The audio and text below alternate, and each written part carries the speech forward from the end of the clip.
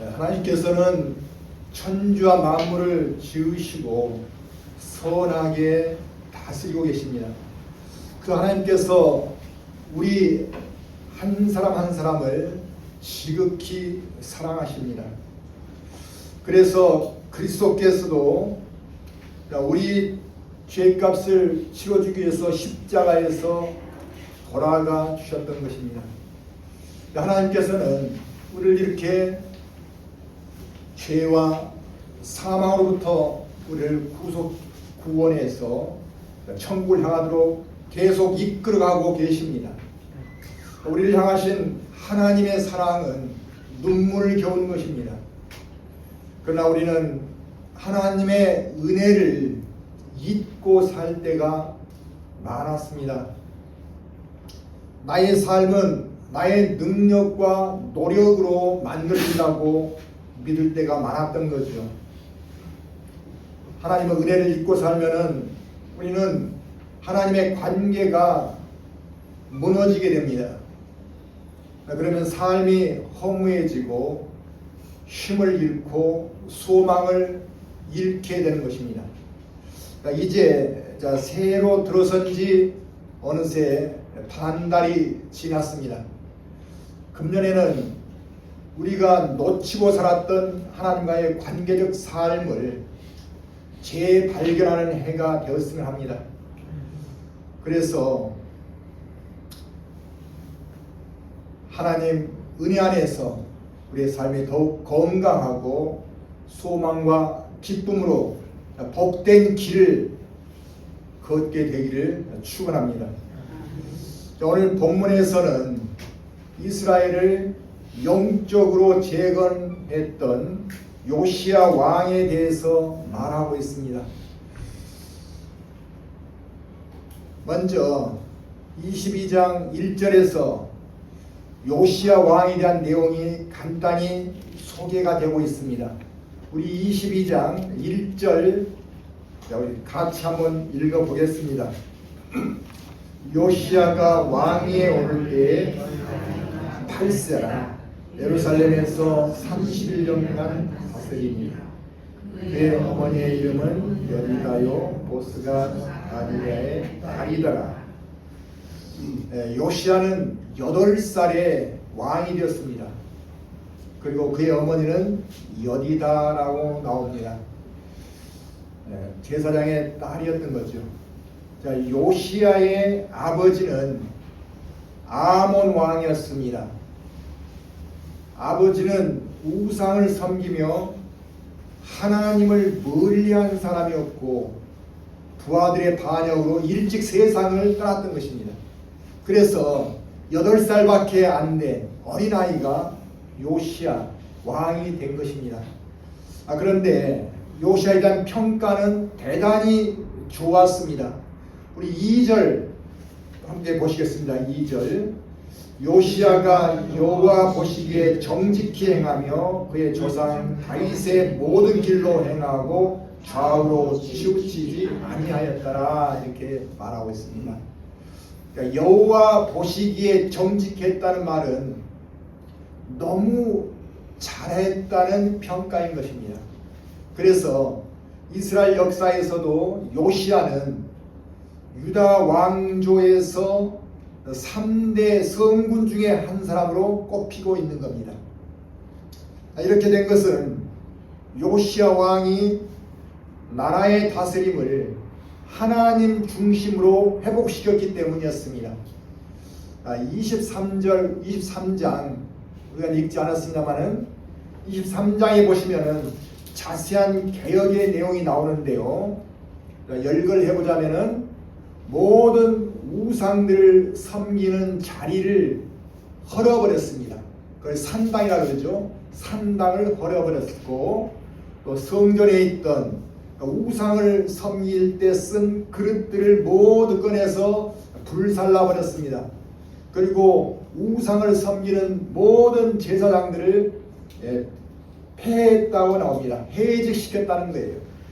그래서 23장 25절에 보면은 모세의 모든 율법을 따라 여호와께로 돌이킨 왕은 요시야 전에도 없었고 후에도 그와 같은 자가 없었더라 이렇게 말하고 있습니다. 그야말로 이렇게 영적 개혁하는 왕은 이제껏 없었다는 뜻입니다. 자, 그렇다면은 이러한 개혁이 우연히 일어난 것일까요? 그렇지 않습니다. 자, 본문 3절을 보면은 본문 8절을 보면은 이 변화를 가져오게 한 결정적인 사건이 하나 있습니다. 우리 8절 우리 같이 한번 읽겠습니다.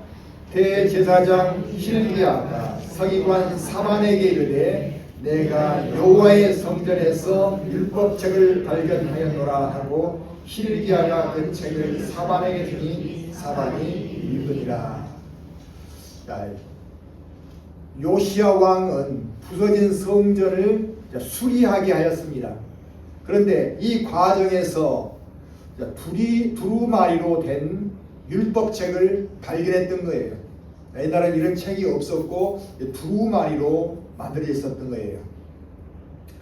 신명기에 보면은 모세는 이 율법책을 하나님의 임재를 상징하는 언약궤 옆에 두고 제사장이 백성들 앞에서 읽게 했던 책이었습니다. 바로 그 책이 세월이 지나면서 사라졌는데 성전 공사 중에 나오게 된 것입니다.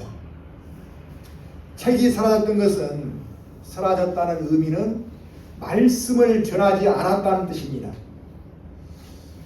하나님과 그 백성들 간에도 교제가 없었다는 의미인 거예요. 그 결과 이스라엘이 하나님 도우심을 받지 못하고 힘없는 나라로 전락하고 말았던 것입니다. 그랬는데 이제 하나님 말씀이 다시 발견된 것입니다. 다시 말하면 이는 말씀의 재발견인 거죠. 알다시피 율법은 오래전부터 있어 왔습니다. 이미 주어진 말씀이고 하나님 성전 안에 있던 책이었습니다. 그런데 그만 이 말씀을 잊어버리고 살다가 다시 발견하게 된 것입니다. 그런데 이 책의 발견은 엄청난 변화를 가져오게 했습니다. 이 말씀으로 엄청난 개혁을 시작했기 때문이죠. 이것이 하나님의 축복을 회복하고 민족을 살게 하고 더 나아가 하나님 나라의 비전을 새롭게 했던 것입니다. 자, 이런 면에서 말씀의 재발견은 굉장히 중요한 것입니다. 왜냐하면 말씀 안에는 하나님의 지혜와 능력이 들어있기 때문입니다. 그래서 아브라함 링컨은 성경에 대해 성경은 하나님께서 주신 선물 중에서 최고의 선물임을 나는 믿는다 이렇게 말했습니다. 링컨의 전기에서 보면은 링컨은 성경 읽기를 매일 즐겨 했다고 합니다. 링컨이 훌륭한 대통령이 된 것은 우연이 아닌 거예요. 하나님의 말씀을 사모했고 순종했기 때문인 것입니다. 하나님의 말씀은 우리를 이끄는 진정한 안내자인 것입니다. 이런 면에서 우리가 바른 삶으로 힘있게 나가기를 원한다면 말씀 앞에 우리 자신들을 비춰봐야 하는 것입니다. 우리가 말씀 앞에 정직하게 서면은 어떤 재발견이 있는지 본문을 통해서 알아보도록 하겠습니다. 자, 첫 번째, 하나님 앞에 정직하게 서면은 이 말씀을 통해 자신의 실체를 재발견하게 됩니다. 자신의 진짜 모습을 보게 된다는 뜻이에요. 우리 11절, 11절을 같이 한번 읽어보겠습니다. 왕이 율법책의 말을 듣자 곧 그의 옷을 찢으니라 이렇게 말하고 있습니다. 옷을 찢는다는 것은 내가 죄인입니다 하면서 참회를 했다는 뜻입니다. 말씀의 거울 앞에 자신을 비춰보는 순간 요시야 자신의 추한 실상을 보았기 때문입니다. 그동안 자신은 괜찮은 왕이라고 생각했었는데 말씀 앞에 서는 순간 자신의 추한 내면이 드러났던 거예요. 그래서 옷을 찢고 회개했던 것입니다. 우리에게도 이와 같은 변화가 필요합니다. 우리도 내 생각대로 살면서 죄성에 이끌리는 삶을 산 적이 있지 않습니까? 말씀 앞에 바로 설 때 우리는 고침을 받는 것입니다. 하나님 말씀에는 우리 내면을 변화시키는 능력이 있습니다. 어떻게 그런가 하면은 첫 번째, 말씀에는 빛이 있습니다. 아무리 어두운 구석이라도 빛이 들어가면은 밝아지게 되어 있습니다. 그래서 말씀이 우리 심령 안에 들어오면은 추한 내 모습이 바뀌는 것입니다. 두 번째는 하나님의 말씀은 거울과 같습니다. 나의 모습을 있는 그대로 보여주는 것입니다. 우리는 나의 약점 보지 못하고 남 탓만 하는 그런 일이 많이 있지 않습니까? 그러나 말씀 앞에 우리가 바로 서게 되면은 나를 진실한 모습으로 보여주는 거울로서의 역할을 해주게 되는 겁니다. 또한 말씀에는 진리의 검과 같은 능력이 있습니다. 히브리서 4장 12절에 보면은 하나님의 말씀은 살아있고 활력이 있어 날선 어떤 검보다 더 예리하여 혼과 영과 및 관절과 골수를 찔러 쪼개기까지 하며 또 마음의 생각과 뜻을 판단하나니 이렇게 말씀하십니다. 말씀의 검을 받으면 우리 심령 안에 있는 더러운 것들을 수술하고 치유하고 회복시켜 줄 수 있다라는 말씀이십니다. 그러므로 말씀 앞에 서야 우리의 전 인격적 변화가 일어나는 것입니다. 우리가 하나님 앞에서 나의 모습을 인정하고 정직하게 하나님의 은혜와 치유를 구하게 되면 하나님께서는 반드시 고쳐주실 것입니다. 다윗이 범죄했을 때 어떻게 했나요? 나단 선지자가 말씀으로 죄를 드러내게 하자 다윗은 침상이 떠나가도록 자복하며 기도한 후에 시편 51편 7절에 보면은 우슬초로 나를 정결하게 하소서 내가 정하리이다. 나의 죄를 씻어주소서 내가 눈보다 희리이다 하며 통곡을 했습니다. 자, 우슬초는 정결의식을 할 때 쓰는 풀입니다. 이와 같이 자신의 죄를 인정하고 자신 안에 정직한 영을 구할 때 하나님께서 그 기도를 들어주시고 범죄한 다윗을 건져내 주셔서 새롭게 살게 해주셨던 것입니다. 우리도 바른 삶을 살기를 원한다면 매일 말씀의 거울 앞에 진실되게 나를 비춰보고 내 자신을 볼 수 있어야 합니다. 그때 잘못을 인정하게 되면 내 심령이 정결하게 회복될 수 있는 것입니다. 자, 두 번째, 말씀 앞에 정직하게 서게 되면 언약의 은혜를 발견하게 됩니다. 언약의 은혜는 하나님의 사랑을 말합니다. 이것을 재발견해야지 하나님께로 돌아가서 그 사랑 안에서 새 삶을 살 수 있는 것입니다. 자, 22장 13절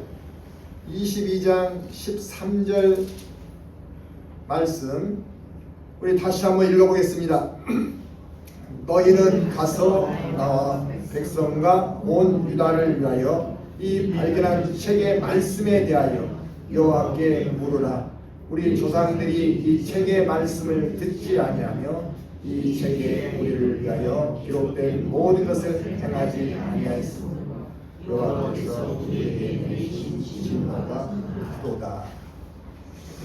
여기서 보시면 그동안 하나님께서 이스라엘 백성에게 진노한, 크게 화를 내신 이유가 나오고 있는데요. 뭐라고 말씀하십니까? 그 이유가 뭐예요?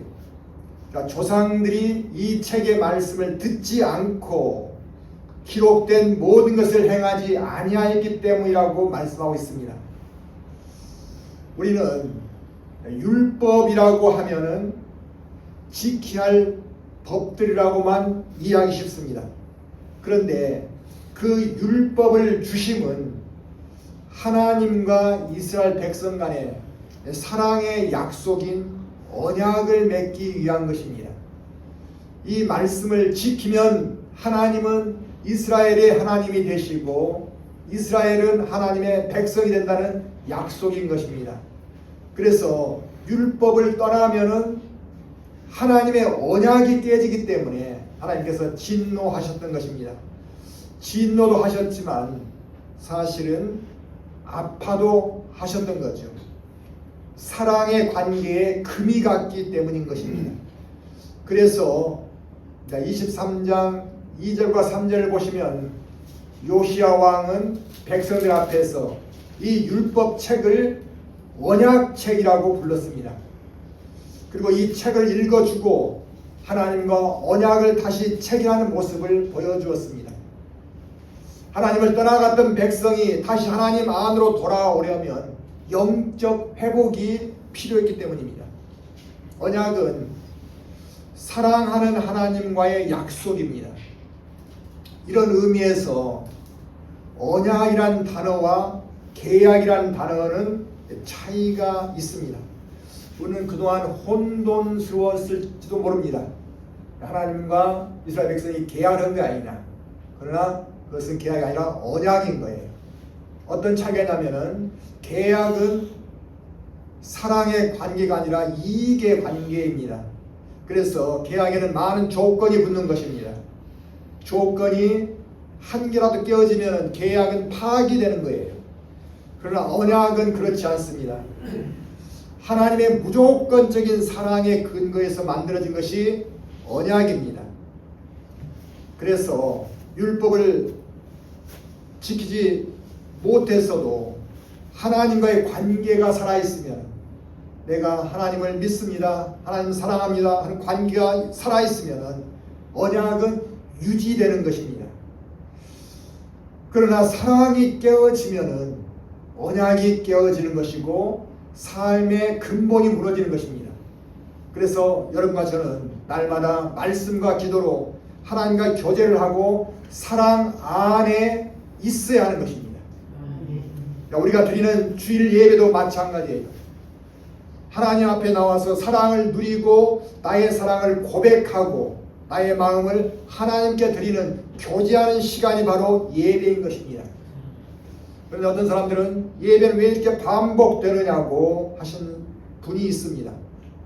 그래서 오늘 예배 내가 바쁜 일 있으니까 좀 빠져도 되겠지, 다음에 또 하면 되니까, 이렇게 쉽게 생각하는 사람들이 많이 있습니다. 그러나 사랑의 만남을 생각해 본다면 사랑의 만남은 매일 만나도 기쁜 것이 정상인 것입니다. 그래서 우리가 하나님과의 만남, 그것은 기쁨의 만남이고 앞으로 소망의 만남이고 우리를 붙들어주시는 하나님께 감사하는 시간들입니다. 그래서 예배는 소중한 시간인 거예요. 말씀을 듣는 중에, 기도하는 중에, 찬양하는 중에 하나님을 향하며 그 사랑의 음성을 듣는 것은 축복인 거예요. 그리고 나의 사랑도 고백하는 시간이 되는 것입니다. 이렇게 사랑의 관계가 안정될 때 힘든 일이 있어도 넘어지지 않고 그것을 오히려 디딤돌로 삼을 수 있는 것입니다. 영원까지 변함없이 나를 사랑하시는 분이 있음을 우리가 붙들고 있다면 그걸 깨닫고 있다면 우리는 벌써 축복 안에 살고 있는 사람이 되는 것입니다. 자, 세 번째로 하나님 말씀 앞에 정직하게 서게 되면은 이 말씀이 인생의 과제를 발견하게 합니다. 요시아가 율법책을 읽고는 해결해야 할 중요한 일이 무엇인지를 알게 되었습니다. 요시아 왕은 말씀 속에 담겨 있는 언약의 참뜻인 하나님의 사랑을 재발견했기 때문입니다. 그리고 나서 그가 했던 것이 이스라엘이 나아갈 영적 개혁을 생각했던 거예요. 그것은 이스라엘을 거룩한 나라로 세우기 위한 개혁이었습니다. 하나님이 임재하시는 거룩한 나라를 세우기 위한 것이 요시아 왕이 하려고 했고 또 했던 개혁의 핵심입니다. 그렇기 때문에 그는 하나님 나라에 합당하지 않은 모든 것들을 제거해 버렸던 거예요. 우상을 제거하고 우상을 섬기던 자리를 없애고 성전에 보관하고 있던 우상 숭배 물건들을 모두 불태웠던 것입니다. 그리고 우상을 섬긴 제사장들을 모두 쫓아냈습니다. 또한 온 국민이 하나님 백성으로 돌아가도록 했던 겁니다. 오늘날 우리에게도 하나님을 향한 과제가 있어야 합니다. 그냥 주어진 삶이니까 편안히 잘 살자가 아니라 하나님 안에서 내가 진정으로 추구해야 할 가치 있는 삶으로 나가기 위한 과제가 무엇인지 우리는 생각해 봐야 한다는 것입니다. 돈이 많고 몸이 건강하다고 해서 내 삶이 건강하다고 볼 수 없습니다. 내 삶은 추하고 어지럽고 허무하고 또 가치가 없는 삶이 될 수도 있는 거예요. 그러한 삶에 소망이 있다고 볼 수 없습니다. 그 영혼이 평안하다고 볼 수 없습니다. 누가복음 5장에 보면은 베드로가 예수님을 따라가는 장면이 나옵니다. 따라가는 게 아니라 따라가는 장면이죠. 따라가는 장면이 나옵니다. 자, 베드로가 바다로 나가서 그물질을 했는데 밤새 한 마리의 고기도 잡지 못했죠. 그리고 새벽에 빈 배로 돌아오다 예수님을 만나게 됩니다. 예수님이 그 배로 올라오시더니 베드로에게 깊은 곳으로 가서 다시 그물을 내리라고 말씀하십니다. 자, 고기들은 해가 뜨면은 깊은 곳에서 밖으로 나옵니다. 그런데 예수님은 지금 거꾸로 이야기하고 계신 거예요. 베드로가 이 말을 순종한다는 것은 쉽지 않겠죠. 그러함에도 베드로는 주님 말씀에 순종해서 그물을 바다에 던졌습니다. 자, 그물이 찢어지도록 많은 고기를 잡을 수 있게 되었죠. 그런데요, 이 엄청난 성공을 앞두고 베드로가 어떻게 했습니까? 주님, 나는 죄인입니다. 나를 떠나가십시오. 이렇게 고백했습니다. 그러자 주님께서 나를 따르라는 말씀을 하셨고 베드로는 이 모든 것을 다 버리고 주님을 따랐다고 기록하고 있습니다. 그 모든 것 속에는 자신의 배와 그물과 엄청난 양의 고기도 포함되어 있을 것입니다. 우리는 이 대목에서 한번 생각해 볼 수 있습니다. 만일 베드로가 주님을 따르지 않고 잡은 고기를 가지고 집으로 갔더라면 어떻게 되었을까요? 아마 베드로는 예수님을 만나 돈을 많이 번 인물로 기록되었을 것입니다. 또는 성공한 기업가 정도로 평가되었을 겁니다. 그런데 그런 모든 것을 버리고 예수님을 따랐습니다. 왜 그랬을까요? 자신의 모든 것을 다 바쳐도 아깝지 않은 참된 인생의 과제를 발견했기 때문입니다. 그것이 영원한 생명을 잇는 복음이었고 그것이 하나님 나라였습니다. 여러분과 저의 삶에도 이 과제가 있습니다. 교회만 다닌다고 모두가 주님의 제자가 되는 것은 아닙니다. 내 삶이 그리스도를 따를 때 참 제자가 되는 것입니다. 그때 가치 있는 인생길을 걸어갈 수 있게 됩니다. 축구 선수 중에 우리가 잘 아는 이영표 선수가 있습니다. 이분은 우리나라에서 했던 2002년 월드컵이 끝나고서 소속팀을 정하지 못하고 있었습니다. 마음으로는 축구로 유명한 유럽팀으로 들어가기를 원했다고 합니다. 그러나 아시다시피 그분의 체격이 왜소하지 않습니까? 체격이 큰 유럽 선수를 틈에 끼어서 축구하기에는 어울리지 않았던 거예요. 자, 그것을 잘 알기에 한 곳에서도 이영표 선수를 스카우트한다는 제안이 오지 않았습니다.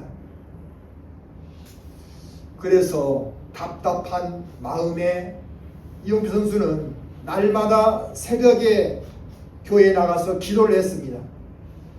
그렇게 6개월이 지났다고 합니다. 마침 히딩크 감독이 한국에 오셨던 거예요. 그리고는 이영표 선수를 만나자고 전화가 왔습니다. 그 대화를 하더니 이영표 선수를 유럽에서 강팀으로 알려진 네덜란드 명문 팀으로 들어오도록 제안을 했던 거예요. 그래서 이영표 선수는 네덜란드로 향했습니다. 그러면서 이영표 선수는 기도를 해서 응답을 받았지만 하나님께서는 자신을 네덜란드로 무엇 때문에 보내주셨는지 궁금했다고 합니다. 왜 나를 그곳에 보내주셨을까? 그 궁금증을 안고 지내고 있었어요. 그런데 네덜란드에서 있는 동안 이영표 선수는 예배가 목말랐던 거예요. 왜냐하면 예배 드릴 처소가 없었기 때문입니다. 하나님들이 예배 드릴 장소가 없었던 거예요. 그런데 네덜란드 팀의 선수들 영어를 담당하는 한국 여자분이 있었다고 합니다. 이분이 결혼을 했는데 교회를 다니다 남편이 믿음이 없는 사람이어서 자신도 교회를 다니지 않는다는 것입니다. 그래서 이영표 선수는 남편을 만나게 해달라고 하였고 그분을 만나서 여러 번에 걸쳐서 복음을 전했습니다. 그러자 그분이 마침내 응답을 했고 그리고 그 부부와 함께 간단하게나마 예배를 드릴 수 있게 됐습니다. 그리고 소문을 듣고는 몇 분이 더 모여서 예배 처소가 만들어지게 됐습니다. 그런데 20년이 지나고서 생각을 해보니까 하나님께서 자신을 네덜란드에 보낸 그 이유와 그 뜻이 알게 됐다고 합니다. 왜냐하면 그곳에는 지금 100명이 넘는 하나님 교회가 자리 잡고 있다는 거예요. 그리고 영어 강사의 남편은 그곳에서 장로가 되었다고 합니다. 하나님께서는 기도하는 이영표 선수를 통해서 일하셨던 것입니다. 영혼을 구하는 일을 맡겨주셨던 거예요. 하나님의 사랑을 붙잡으면은 우리에게 필요한 과제를 알려주시는 하나님이십니다. 그리고 하나님의 사랑을 갈구하는 사람을 통해 하나님은 일하시기를 기뻐하십니다. 그 사랑을 안다면 하나님의 나라를 확장시켜 나가는 삶보다 더 귀한 삶이 어디 있겠습니까? 하나님을 바라보며 사는 삶보다 더 아름다운 삶이 어디 있겠습니까? 나를 위해 죽어주신 주님의 사랑 앞에 나도 주님을 사랑합니다. 하나님의 뜻을 이룬 일에 나도 함께 하겠습니다. 우리도 그런 결단을 할 수 있기를 바랍니다. 말씀을 우리 내면의 거울로 삼는 생활을 하시기 바랍니다. 하나님이 원하시는 비전을 향해 나아가시기를 축원합니다.